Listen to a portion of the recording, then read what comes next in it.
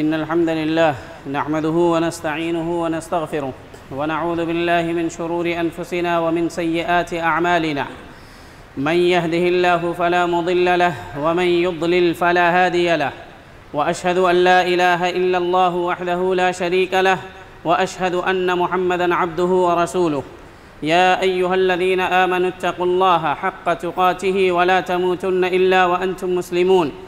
يا أيها الناس اتقوا ربكم الذي خلقكم من نفس واحدة وخلق منها زوجها وبث منهما رجالا كثيرا ونساء، واتقوا الله الذي تساءلون به والأرحام إن الله كان عليكم رقيبا. يا أيها الذين آمنوا اتقوا الله وقولوا قولا سديدا يصلح لكم أعمالكم ويغفر لكم ذنوبكم، ومن يطع الله ورسوله فقد فاز فوزا عظيما. أما بعد، فإن خير الحديث كتاب الله، وخير الهدي هدي محمد صلى الله عليه وسلم، وشر الأمور محدثاتها، وكل محدثة بدعة، وكل بدعة ضلالة، وكل ضلالة في النار. أعوذ بالله من الشيطان الرجيم. بسم الله الرحمن الرحيم. قاف والقرآن المجيد بل عجبوا أن جاءهم منذر منهم فقال الكافرون هذا شيء عجيب أإذا متنا وكنا ترابا ذلك رجع بعيد قد علمنا ما تنقص الأرض منهم وعندنا كتاب حفيظ بل كذبوا بالحق لما جاءهم فهم في أمر مريج أفلم ينظروا إلى السماء فوقهم كيف بنيناها وزيناها وما لها من فروج والأرض مددناها وألقينا فيها رواسي وأنبتنا فيها من كل زوج بهيج تبصرة وذكرى لكل عبد منيب ونزلنا من السماء ماء مباركا فأنبتنا به جنات وحب الحصيد والنخل باسقات لها طلع نضيد رزقا للعباد وأحيينا به بلدة ميتا كذلك الخروج كذبت قبلهم قوم نوح وأصحاب الرس وثمود وعاد وفرعون وإخوان لوط وأصحاب الأيكة وقوم تبع كل كذب الرسل فحق وعيد أفعينا بالخلق الأول بل هم في لبس من خلق جديد. وقال الله تبارك وتعالى أعوذ بالله من الشيطان الرجيم لا يستوي منكم من أنفق من قبل الفتح وقاتل أولئك أعظم درجة من الذين أنفقوا من بعد وقاتلوا وكلا وعد الله الحسنى والله بما تعملون خبير. ہر قسم کی حمد و ثنا تعریف و توصیف اللہ رب العزت ذوالجلال کے لیے لائق و زیبا ہے، اور درود و سلام ہو اس ہستی اقدس و مقدس پر جنہیں نبی اکرم صلی اللہ علیہ وسلم نے دنیائے انسانیت کے لیے رہنما اور ہادی بنا کر مبعوث فرمایا۔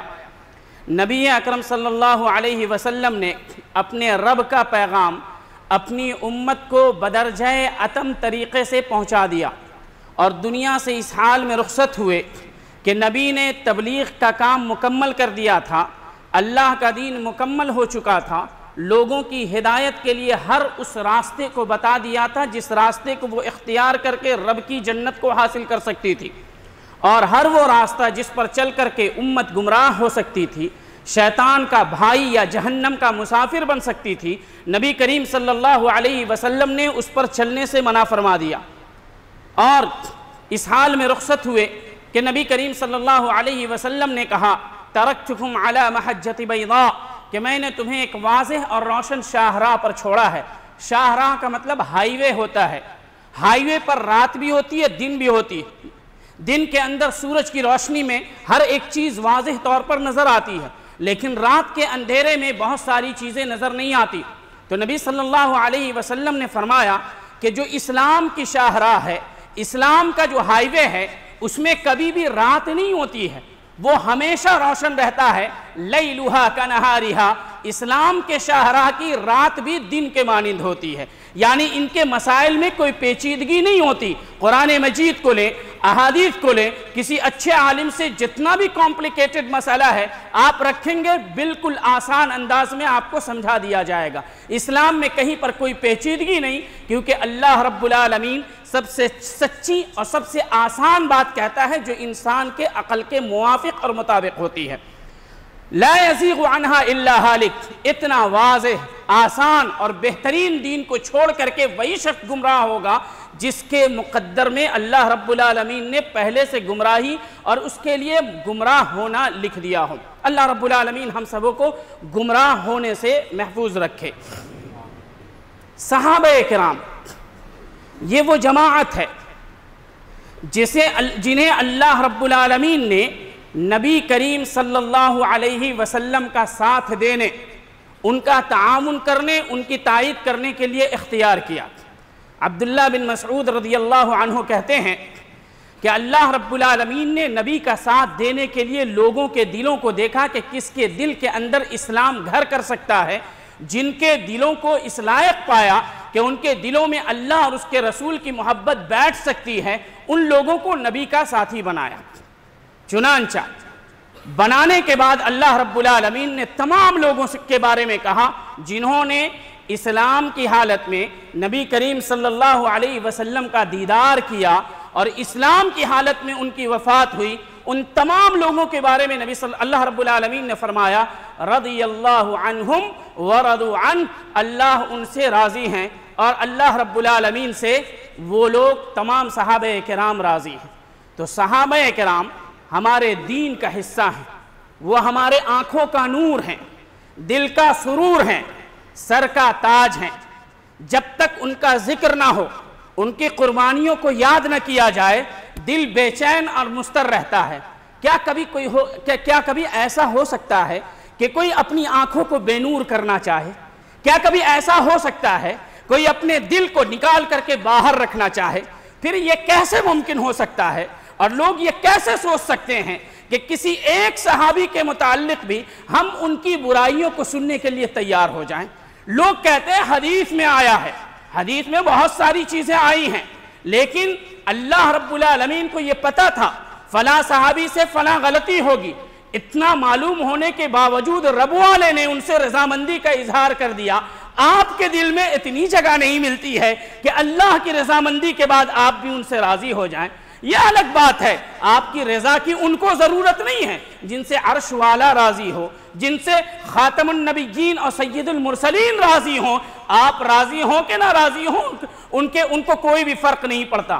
یاد رکھیں، جو لوگ صحابہ کرام کی غلطیوں کو بیان کرتے ہیں، فلاں صحابہ سے ایسی غلطی ہوئی، فلاں صحابہ سے ایسی غلطی ہوئی، جو جج بن کر کے صحابہ کرام کی غلطیوں کو لوگوں کے سامنے بیان کر کے صحابہ کی شان میں گستاخی کرتے ہیں، یاد رکھیں اس صحابہ کی غلطیوں کو سننے والا جج قیامت کے دن اللہ ہوگا اور ان کی وکالت کرنے والے نبی صلی اللہ علیہ وسلم ہوں گے۔ تمہیں تو کوئی پوچھے گا بھی نہیں کیسے تم جج بنے پھرتے ہو ایسے لوگوں کے بارے میں جن کے بارے میں اللہ نے قرآن مجید کی آیت نازل کی رضی اللہ عنہم ورضوا عنہ، اللہ رب العالمین ان سے راضی ہیں اور وہ لوگ اللہ رب العالمین سے راضی ہیں۔ اللہ رب العالمین نے قرآن مجید میں فرمایا، جیسا کہ میں نے خطبے کے شروع میں ایک آیت تلاوت کی، لا یستوی منکم من انفق من قبل الفتح وقاتل، کہ اے صحابہ کرام جتنے تم لوگ ہو سب میں درجات ہیں۔ جن لوگوں نے پہلے اسلام قبول کیا اس وقت میں جب کوئی بھی نبی کا ساتھ دینے والا نہیں تھا، جن لوگوں نے اس وقت ساتھ دیا ان کا درجہ بہت سارے لوگوں کے مقابلے میں بہت اونچا ہے۔ چنانچہ جو لوگ فتح مکہ سے قبل اسلام لائے ان کے درمیان اور جو لوگ فتح مکہ کے بعد اسلام لائے ان کے درمیان میں کوئی مقابلہ، کوئی کمپیریزن نہیں ہو سکتا ہے، لیکن دونوں صحابی ہیں، اللہ نے دونوں سے جنت کا وعدہ کیا ہے وَكُلًّا وَعَدَ اللَّهُ الْحُسْنَى۔ دوسری حدیث سنیں، ایک حدیث سنیں، صحیح بخاری کی روایت ہے، نبی کریم صلی اللہ علیہ وسلم کے زمانے میں خالد ابن ولید رضی اللہ عنہ بڑے صحابی ہیں اور انہیں سیف اللہ کے لقب سے بھی جانا جاتا ہے، اللہ کی تلوار، بڑے جنگجو تھے اور جنگ کے اندر بڑی مہارت رکھتے تھے۔ ان کے درمیان اور عبد الرحمن ابن عوف رضی اللہ عنہ جو قریشی تھے، مکے میں انہوں نے اسلام قبول کیا تھا، حضرت ابو بکر رضی اللہ عنہ کے ذریعے اسلام قبول کیا تھا، تو خالد ابن ولید اور عبد الرحمن ابن عوف رضی اللہ عنہما کے درمیان کچھ بات ہو گئی، کہا سنی ہو گئی، جسے ہم لوگ تو میں کہتے ہیں۔ معاملہ نبی صلی اللہ علیہ وسلم کی عدالت میں پہنچا، دونوں صحابی ہیں، دونوں میں لڑائی ہو گئی۔ نبی صلی اللہ علیہ وسلم نے یہ نہیں پوچھا کہ غلطی کس کی ہے، یہ نہیں پوچھا کہ غلطی کس کی ہے۔ نبی صلی اللہ علیہ وسلم نے خالد ابن ولید رضی اللہ عنہ کو مخاطب کر کے کہا، لا تسبوا اصحابی، میرے صحابہ کو برا بھلا نہ کہو، یہ صحابہ کے درمیان کا فیصلہ ہے، ان کا فیصلہ ہے جو دنیا کے اندر ان سے بہترین قاضی گزرا ہی نہیں، محمد الرسول اللہ صلی اللہ علیہ وسلم کا۔ انہوں نے یہ نہیں کہا غلطی کس کی ہے، عبد الرحمن تمہاری غلطی ہے یا خالد تمہاری، کچھ نہیں کہا سنو، لا تسبوا اصحابی، میرے صحابی کو برا بھلا نہ کہو۔ خالد ابن ولید رضی اللہ عنہ کو مخاطب کر کے کہا، فوالذی نفسی بیدہ، اس ذات کی قسم جس کے ہاتھ میں میری جان ہے، لو انفق احدکم مثل احد ذہبا ما بلغ مد احدہم ولا نصیفہ، اے خالد اور وہ لوگ جو فتح مکہ کے بعد اسلام لائے، اگر وہ تمام لوگ مل کر کے احد پہاڑ جس کی لمبائی 8 کلومیٹر ہے، چوڑائی 2.5 سے 3 کلومیٹر ہے، اے خالد اور تم لوگ جو اسلام بعد میں قبول کیے ہو، سب مل کر کے بھی احد پہاڑ کے برابر سونا خرچ کر دو گے، عبد الرحمن ابن عوف نے جو 1 مٹھی غلہ خرچ کیا ہے، تمہارا احد پہاڑ کے برابر سونا ان کا مقابلہ نہیں کر سکتا۔ صحابہ کے درمیان کی یہ تفریق ہے۔ نبی غلطی نہیں پوچھتے تھے کس نے غلطی کی، صحیح بخاری کی روایت ہے، ابو بکر رضی اللہ عنہ اور عمر رضی اللہ عنہ میں لڑائی ہو گئی، غلطی ابو بکر رضی اللہ عنہ کی تھی، خود انہوں نے اقرار کیا، آپس میں بات ہو گئی، حضرت عمر رضی اللہ عنہ، صحیح بخاری کی روایت ہے، غصہ ہو کر کے اپنے گھر میں چلے گئے، ابو بکر رضی اللہ عنہ ان کے ہاں پہنچے، کہا عمر مجھ سے غلطی ہو گئی سنو، لیکن حضرت عمر رضی اللہ عنہ نے دروازہ نہیں کھولا، وہ لوٹ کر کے نبی صلی اللہ علیہ وسلم کے پاس گئے اور کہا کہ اللہ کے رسول دیکھیں مجھ سے غلطی ہو گئی، عمر ناراض ہو گیا ہے، ذرا اس کو سمجھا دیں۔ عمر رضی اللہ عنہ گھر میں تھے، پھر ان کو احساس ہوا کہ جب خود ابو بکر رضی اللہ عنہ آئے تھے تو مجھے مان لینا چاہیے، وہ گئے ابو بکر رضی اللہ عنہ کے گھر، دیکھا تو دروازہ بند تھا، گھر پر نہیں تھے، سمجھ گئے کہ دربار رسول پہنچے ہوئے ہیں، انہوں نے وہاں کا رخ کیا، لیکن دل میں ایک دھڑکن تھی کہ نبی مجھے کیا کہیں گے۔ جب وہاں پہنچے تو پورے دربار رسالت کا ماحول بدلا ہوا تھا، نبی کریم صلی اللہ علیہ وسلم کا مسکراتا ہوا چہرہ، اس پر غصوں کے بادل چھائے ہوئے تھے۔ نبی کریم صلی اللہ علیہ وسلم کے پاس جب آئے تو نبی کریم صلی اللہ علیہ وسلم غصہ ہو گئے، یہ نہیں کہا کہ تم ابو بکر سے ناراض کیوں ہو، نبی کریم صلی اللہ علیہ وسلم غصہ ہو کر کے کہنے لگے، اے لوگو کیا تم میرے اس ساتھی کو مجھ سے دور کرنا چاہتے ہو کہ اس نے اس وقت میں مجھے ساتھ دیا جب سب نکالنا چاہ رہا تھا، اس نے اس وقت میں میری تائید کی جب سب ڈر کے مارے اپنے گھروں میں بیٹھے تھے۔ ابو بکر رضی اللہ عنہ اپنے دونوں گھٹنوں کے بل نبی کے سامنے بیٹھ گئے، کہا کہ اللہ کے رسول میری غلطی تھی، نبی صلی اللہ علیہ وسلم نے کسی کی غلطی نہیں سنی۔ عمر رضی اللہ عنہ کو کہا یہ وہ ہیں جنہوں نے اس وقت میں ساتھ دیا جب سب میرا ساتھ چھوڑ کر کے جا رہے تھے، غلطی ابو بکر رضی اللہ عنہ کی تھی۔ عمر رضی اللہ عنہ بھی نبی کے چہیتے تھے، لیکن نبی صلی اللہ علیہ وسلم یہ پیغام دینا چاہتے تھے جب صحابہ کے درمیان کسی قسم کا تو میں ہو جائے تو ان کی غلطیوں کو نہ دیکھو، یہ دیکھو کہ ان کا رب ان سے راضی ہے کہ نہیں۔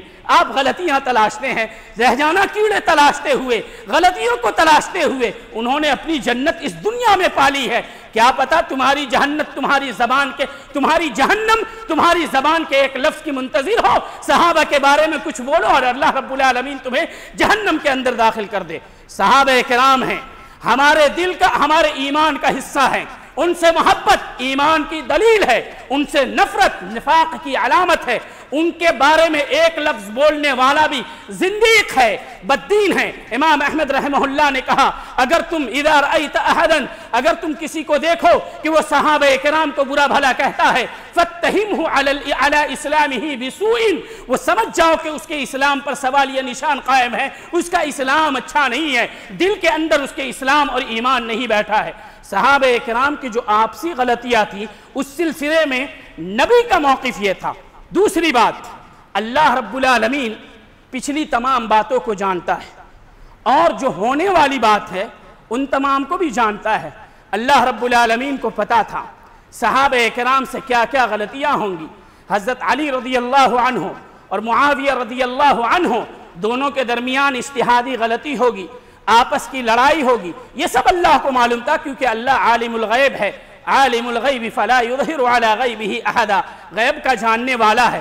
ان تمام باتوں کو جاننے کے باوجود بھی اللہ نے قرآن مجید میں تمام لوگوں سے رضامندی کا اظہار کر دیا، اور اللہ کے حکم سے نبی کریم صلی اللہ علیہ وسلم نے معاویہ رضی اللہ عنہ کو قرآن کی کتابت کے لیے مأمور کیا، حکم دیا کہ قرآن مجید لکھو، جیسا کہ بیہقی کی صحیح روایت ہے۔ اور یعنی اللہ کے نبی راضی ہیں کہ وہ قرآن لکھیں، اللہ راضی ہے کہ وہ قرآن کے کاتب بن جائیں، اور آپ راضی نہیں ہیں کہ ان کے رضی اللہ عنہ کہہ دیں، بلکہ انہیں نعوذ باللہ غدار اور خائن کے لقب سے پکاریں۔ ایمان، اس کو کہتے ہیں ایمان، کہ آپ کا ایمان جعلی ہے۔ جو ایمان آپ کو اللہ کے فیصلے پر راضی نہ کروا سکے، ایسے ایمان سے اچھا ہے بے ایمان رہنا۔ اس لیے صحابہ اکرام کے بارے میں بولنے سے پہلے اپنے دل کو، اپنے ایمان کو ٹٹول لیں کہ کل آپ کے گناہوں کی وکالت کون کریں گے۔ نبی صلی اللہ علیہ وسلم ان کے ایمان کی وکالت کریں گے، لیکن آپ کے گناہوں کو معاف کروانے والا کون ہوگا؟ کل قیامت کے دن سفارش کون کرے گا جہنم سے نکلوانے کے لیے؟ جب وہاں پر جائیں گے اور ان کے ساتھیوں کو آپ نے تکلیف پہنچائی ہوگی، تو آپ سمجھ جائیں کہ نبی صلی اللہ علیہ، اگر آپ صحابی کے بارے میں کچھ کہتے ہیں تو تکلیف نبی کریم صلی اللہ علیہ وسلم کو ہوگی۔ اب کیسے آپ اپنے عمل سے اور زبان سے نبی صلی اللہ علیہ وسلم کو تکلیف دے سکتے ہیں؟ یہ مقدمہ تھا صحابہ اکرام رضی اللہ عنہ کی عظمت کے بارے میں، اور ان کی غلطیوں کا پتہ چلے تو اس میں کیا موقف ہونا چاہیے۔ نگاہ غلطیوں کی طرف نہیں، ان کی عظمت، ان کی فضیلت اور اللہ اور اس کے رسول کی جو رضامندی ہے اس جانب ہونا چاہیے۔ اور سلف کہتے تھے، یعنی تابعین، تبع تابعین، کہ ہم اپنی زبان کو صحابہ کرام کی غلطیوں میں ڈالنے سے محفوظ رکھیں، ان کی اچھائیوں کا ذکر کریں۔ مان لیجئے ایک مثال ہے، آپ کے گھر میں، اور ہر گھر میں ایسا ہو سکتا ہے، اللہ محفوظ رکھے ہر گھر کی عزت کو، اگر آپ کے گھر کی کوئی خاتون ایسا کام کرتی ہے جو آپ کا سر نیچے جھکا دیتی ہے، شرم کے مارے کسی کے سامنے بول نہیں سکتے، لیکن آپ کو پتا ہے کہ گھر کی کسی خاتون نے ایسا گناہ کیا ہے، تو کیا آپ حق کا نام لے کر کے کہ نہیں کسی کی غلطی کو بیان کرنا، لوگ کہتے ہیں نا نہیں یہ تو حدیث میں آیا ہے غلطی کو بیان کرنا حق ہے، ہم تو حق بیان کر رہے ہیں، تو آپ کے گھر کے خاتون سے جو غلطی ہوئی ہے وہ حق ہے، کیا اس غلطی کو آپ چائے کی دکان میں بیٹھ کر کے لوگوں کے سامنے ڈسکس کریں گے؟ کیا آپ لوگوں کو بلا کر کے ممبر سے ڈسکس کریں گے کہ ہاں میرے گھر میں فلاں نے فلاں غلطی کی ہے؟ آپ اپنے گھر کے خواتین اور گھر کے اپنے لڑکوں کی غلطیوں کو چھپانے کی ہر ممکن کوشش کرتے ہیں، پھر تو وہ صحابہ ہیں۔ صحابہ کرام کی غلطیوں پر کیسے آپ ڈسکس کرتے ہیں اور لوگوں کے درمیان اس چیز کو اچھالتے ہیں؟ سوچیں کہ آپ کے بچے اور بچیوں کی عزت زیادہ حفاظت کے قابل ہے یا اللہ کے رسول کے ساتھیوں کی عزت زیادہ حفاظت کے قابل ہے؟ اس لیے ان کی عزت کریں، ان کی عزت میں دین اسلام کی عزت ہے۔ صحابہ کرام کی عظمت اور ان کی اہمیت کا اندازہ اسی وقت ہوگا جب ہم ان کی قربانیوں کو پڑھیں گے، سمجھیں گے۔ قربانیاں بہت ساری ہیں، میں صرف ایک جھلک احد کی آپ کے سامنے رکھوں گا۔ غزوہ احد جسے لوگ احد بھی کہتے ہیں لیکن اصل اس کا پروننسیشن احد ہے۔ غزوہ احد سن 3 ہجری میں شوال کے مہینے میں مدینے کے احد پہاڑ کے نزدیک ہوئی۔ بدر کے اندر کفار کو شکست فاش ہوئی تھی، 70 لوگ مارے گئے تھے، 70 قید کر کے لائے گئے تھے۔ اس کا بدلہ لینے کے لیے انہوں نے احد کی تیاری کی اور 3000 لوگوں کو مدینہ لے کر کے آئے۔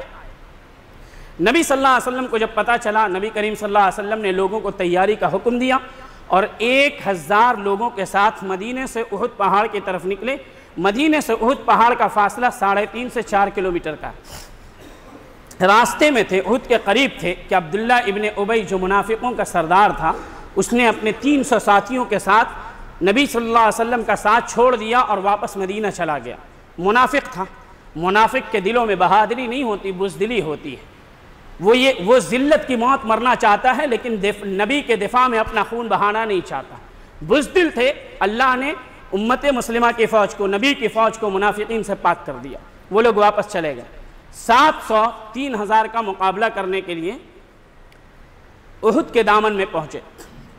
نبی کریم صلی اللہ علیہ وسلم نے جگہ کو اختیار کیا، جبل عینین یعنی جبل الرماح اور جبل احد کے درمیان کے حصے میں صحابہ کرام کو رکھا اور کہا کہ 50 صحابہ کرام جو تیر اندازی میں ماہر ہیں وہ جبل عینین پر کھڑے ہو جائیں، کیونکہ مجھے خدشہ ہے کہ کفار پیچھے سے وادی قنات ہو کر کے اوپر سے آ کر کے حملہ نہ کر دے۔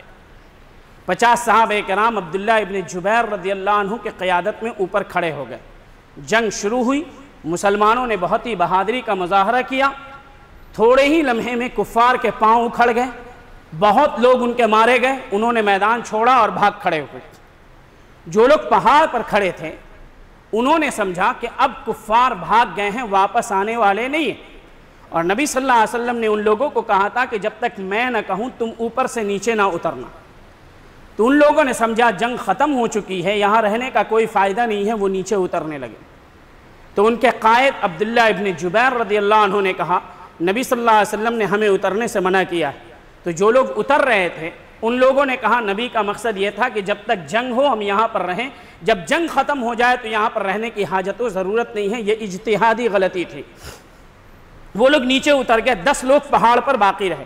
خالد ابن ولید رضی اللہ عنہ جو ابھی اسلام قبول نہیں کیے تھے، وہ دور میں وہ لوگ چھپے بیٹھے تھے جرف کے مقام پر۔ انہوں نے دیکھا کہ پہاڑ کے اوپر جو لوگ کھڑے تھے ان کی اکثریت اتر گئی۔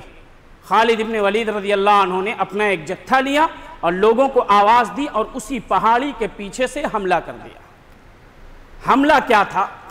مسلمانوں کے اوپر بہت بڑی مصیبت تھی، کیونکہ مسلمان سمجھ رہے تھے کہ کفار واپس چلے گئے، اپنے ہتھیار وغیرہ رکھ کر کے آرام کر رہے تھے۔ جب حملہ ہوا تو مسلمانوں کو سمجھ میں نہیں آیا کہ کس نے حملہ کیا۔ اس قدر شدید حملہ ہوا کہ مسلمان کے ہاتھوں مر رہا تھا۔ حذیفہ رضی اللہ عنہ کہتے ہیں میرے والد الیمان رضی اللہ عنہ کے اوپر ایک مسلمان نے تلوار سونت لی، تلوار اٹھا لی۔ میں کہتا رہا ابھی یہ میرے والد ہیں، انہیں چھوڑ دیا جائے، لیکن اس میدان میں انسانوں کی آواز نہیں، صرف تلوار کی آواز سنائی دے رہی تھی۔ کوئی مدینے کی طرف جا رہے ہیں، کوئی احد کی طرف جا رہے ہیں۔ نبی کریم صلی اللہ علیہ وسلم تنہا اپنی جگہ پر ہیں، صرف وہاں پر طلحہ ابن عبید اللہ رضی اللہ عنہ تھے۔ عبداللہ ابن قمیہ جو کفار مکہ کے سرداروں میں سے ایک تھا، نہایت بدبخت تھا، وہ جب آیا اور دیکھا کہ نبی صلی اللہ علیہ وسلم اکیلے ہیں اور ان کے ساتھ صرف طلحہ ابن عبید اللہ رضی اللہ عنہ ہے، تو اس شخص نے لوگوں کو پکارا کہ آؤ نبی صلی اللہ علیہ وسلم اکیلے ہیں، ان کا کام تمام کرو۔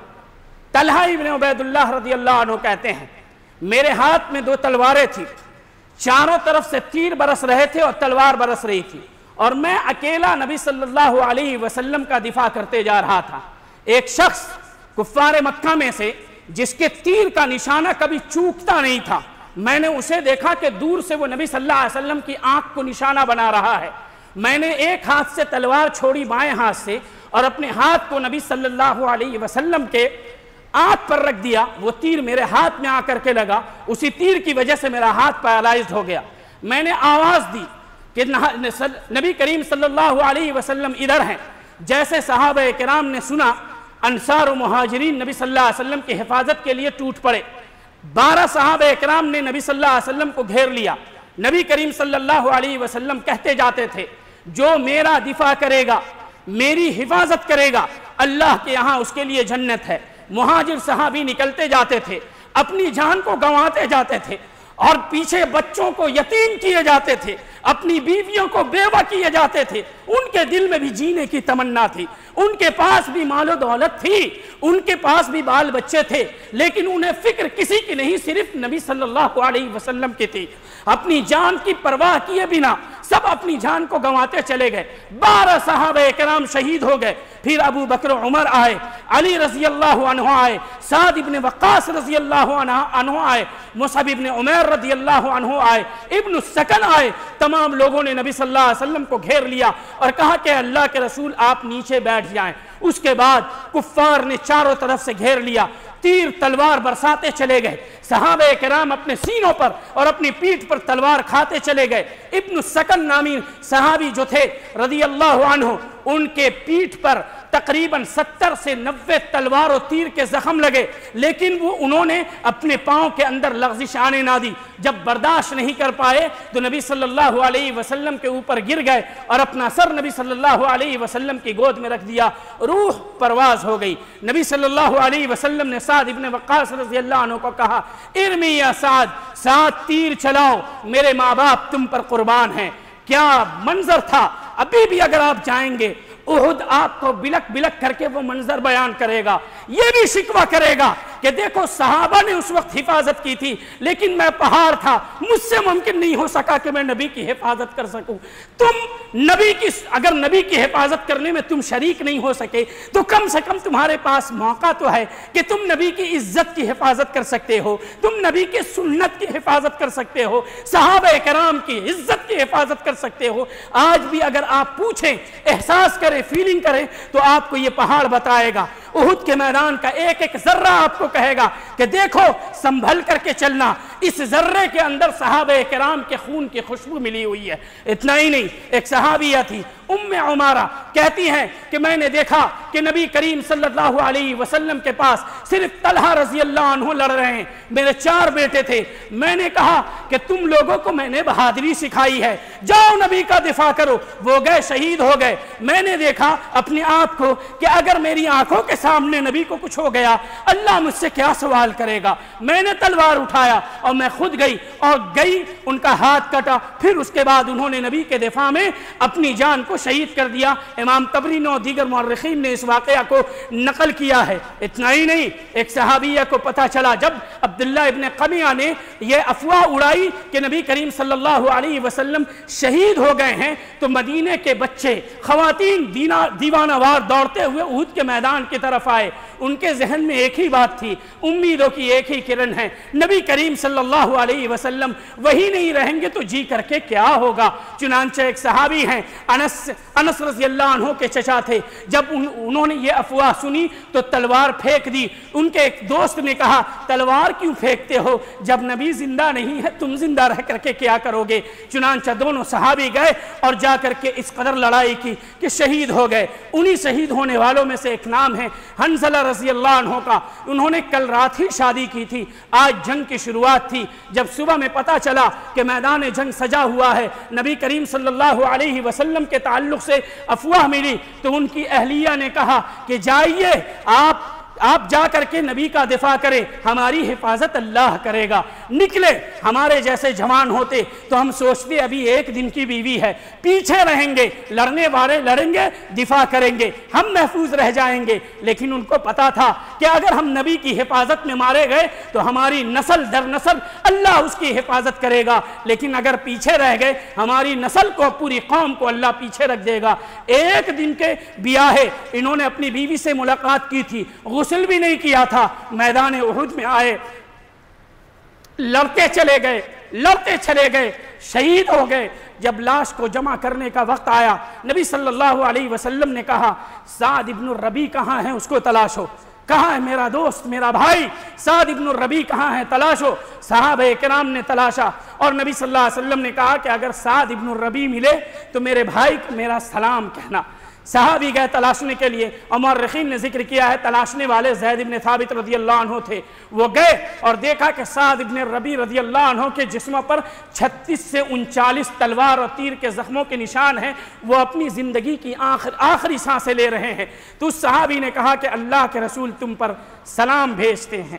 سعد ابن الربیع رضی اللہ عنہ نے کہا کہ اس سلام کے بعد اشم رائحۃ الجنہ، مجھے جنت کی خوشبو مل رہی ہے، جاؤ میرے نبی کو میرا بھی سلام پہنچا دینا اور کہہ دینا کہ آپ کے دفاع میں سعد ابن الربیع کی جان گئی ہے، اور میرے قوم کو میرا پیغام دے دینا کہ اگر نبی کو کچھ ہوا تو تمہیں اس زمین پر زندہ رہنے کا حق نہیں ہے، سب اپنے آپ کو مٹا دو نبی کی حفاظت کے خاطر۔ اس کے بعد ایک صحابی آئے اور کہا کہ اللہ کے رسول، حنظلہ رضی اللہ عنہ کو کسی نے غسل دے دیا ہے، کیونکہ شہیدوں کو غسل نہیں دیا جاتا، ان کو خون میں لپیٹ کر کے کفن میں خون سمیت دفن کیا جاتا ہے۔ نبی صلی اللہ علیہ وسلم نے کہا ہاں انہیں فرشتوں نے غسل دیا ہے۔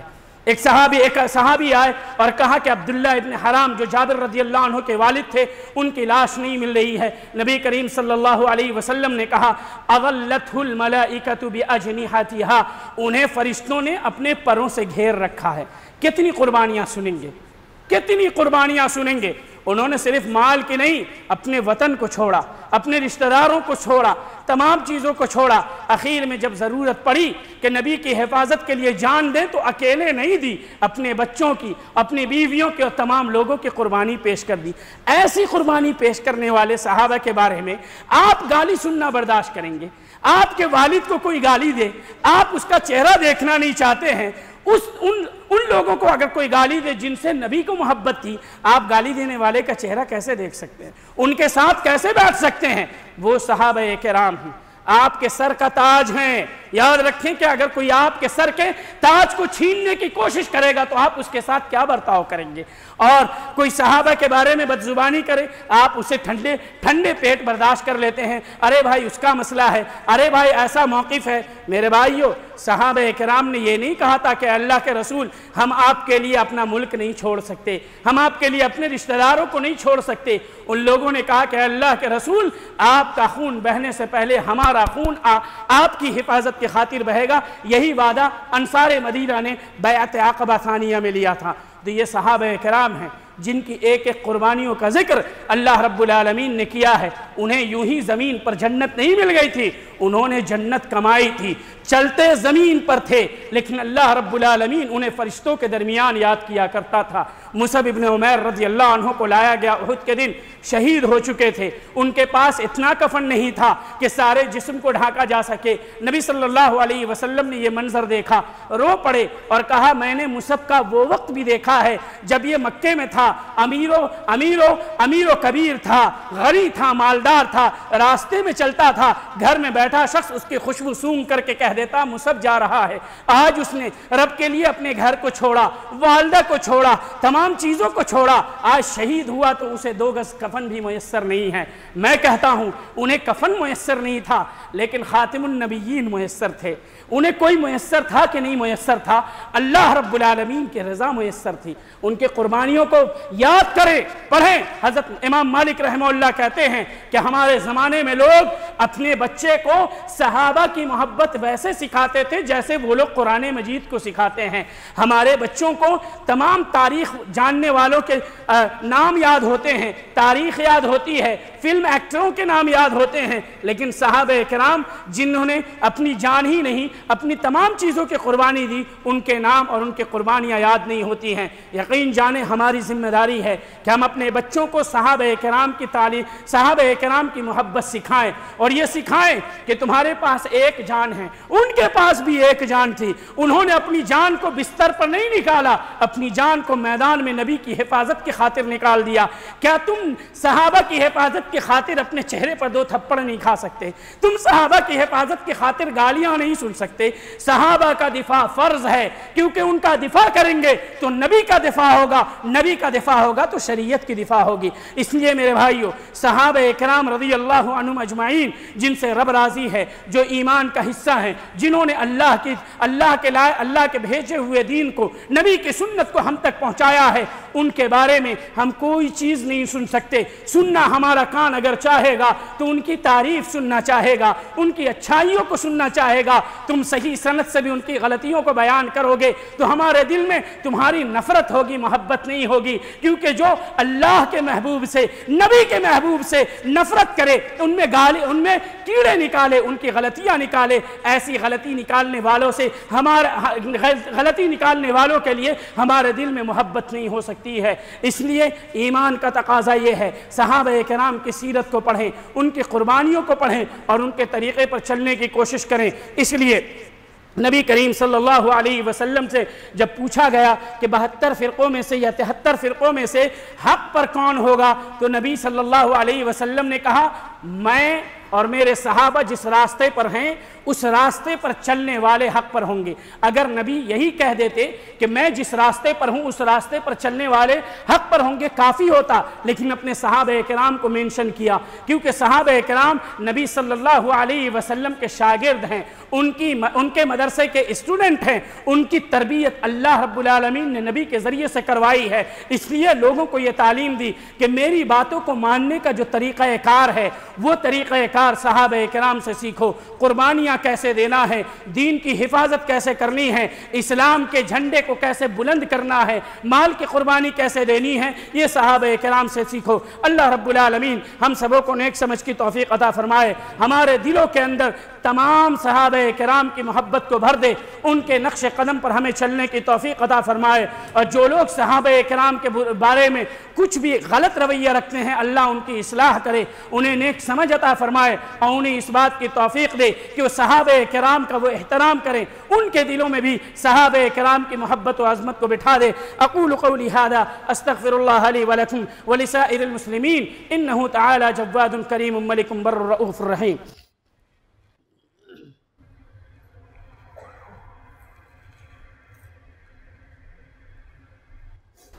إن الحمد لله نحمده ونستعينه ونستغفره ونعوذ بالله من شرور أنفسنا ومن سيئات أعمالنا من يهده الله فلا مضل له ومن يضلل الله فلا هادي له وأشهد أن لا إله إلا الله وحده لا شريك له وأشهد أن محمدا عبده ورسوله فإن خير الحديث كتاب الله وخير الهدي هدي محمد صلى الله عليه وسلم وشر الأمور محدثاتها وكل محدثة بدعة وكل بدعة ضلالة وكل ضلالة في النار۔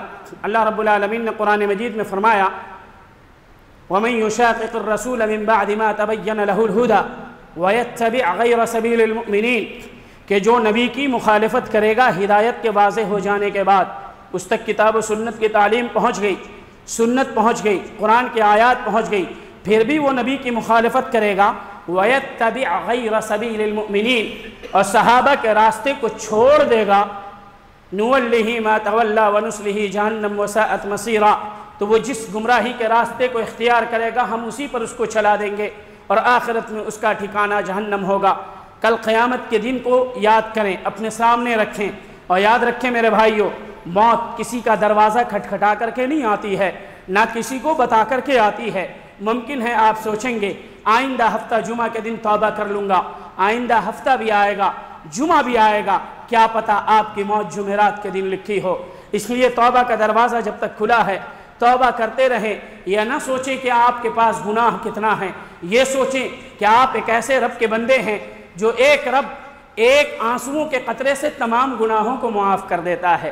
چاہے آپ جتنی مرتبہ اس کی نافرمانی کریں، سچے دل سے ایک مرتبہ توبہ کر کے دیکھیں، رب آپ کو خود کے قریب کرے گا، آپ کے لیے دین اور دنیا دونوں کو آسان کر دے گا، دلوں کے اندر خوشی بھر دے گا، اطمینان و سکون ہوگا، نیکیوں کو کرنا آپ کے لیے آسان کر دے گا۔ لیکن ضرورت اس بات کی ہے گناہوں کو چھوڑیں۔ جیسے آگ اور پانی جمع نہیں ہو سکتے اسی طریقے سے گناہ اور نیکیاں جمع نہیں ہو سکتی۔ آگ اور لکڑی جمع ہو جائے تو لکڑی جل جاتی ہے، ویسے ہی نیکیاں اور گناہ جمع ہو جائے تو گناہوں کی حدت نیکیوں کو ختم کر دیتی ہے، جلا کر کے راکھ کر دیتی ہے۔ آپ جو پیسے کماتے ہیں اس کو تجوری میں ڈالتے ہیں، اس کی حفاظت کرتے ہیں، اس کو بینک میں ڈالتے ہیں کہ کسی کی نگاہ اس پر نہ پڑے، کوئی چور اسے چوری کر کے نہ لے جائے، تو جو نیکیاں کماتے ہیں اسے شیطان کے سامنے کیسے رکھ دیتے ہیں؟ شیطان تو بہت بڑا چور ہے۔ اگر شیطان کے چکر میں آ کر کے گناہ بھی جمع کرتے رہے تو ایک طرف لکڑی اور ایک طرف آگ یقیناً جیت جائے گی، لکڑی کو جلا دے گی۔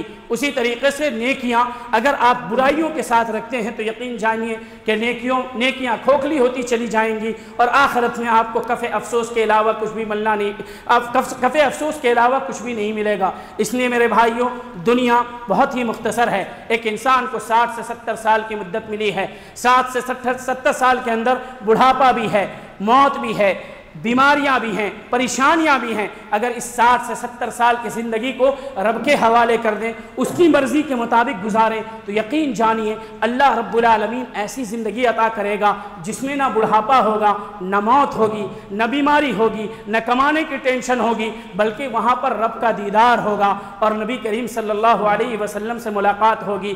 وہ جگہ وہ زندگی جنت کی زندگی ہے۔ تو ہم کو 60 سے 70 سال کی زندگی اپنی مرضی سے گزارنی ہے، یا اس زندگی کو جس زندگی کا کبھی خاتمہ نہیں ہمارے ہاتھ میں ہے، اگر اس زندگی کو رب کی مرضی کے مطابق گزاریں گے تو جنت کی زندگی کو ہم اپنی مرضی کے مطابق گزار سکتے ہیں، جو چاہیں گے تمام چیزیں میسر ہوگی۔ اس لیے اپنی زندگی کا محاسبہ کریں۔ صحابہ کرام کے پاس کتنا ایمان تھا، پھر بھی عمر رضی اللہ عنہ کہتے تھے میری برائیاں اور نیکیاں دونوں برابر ہو جائیں تو میں سمجھوں گا کہ کامیاب ہو گیا۔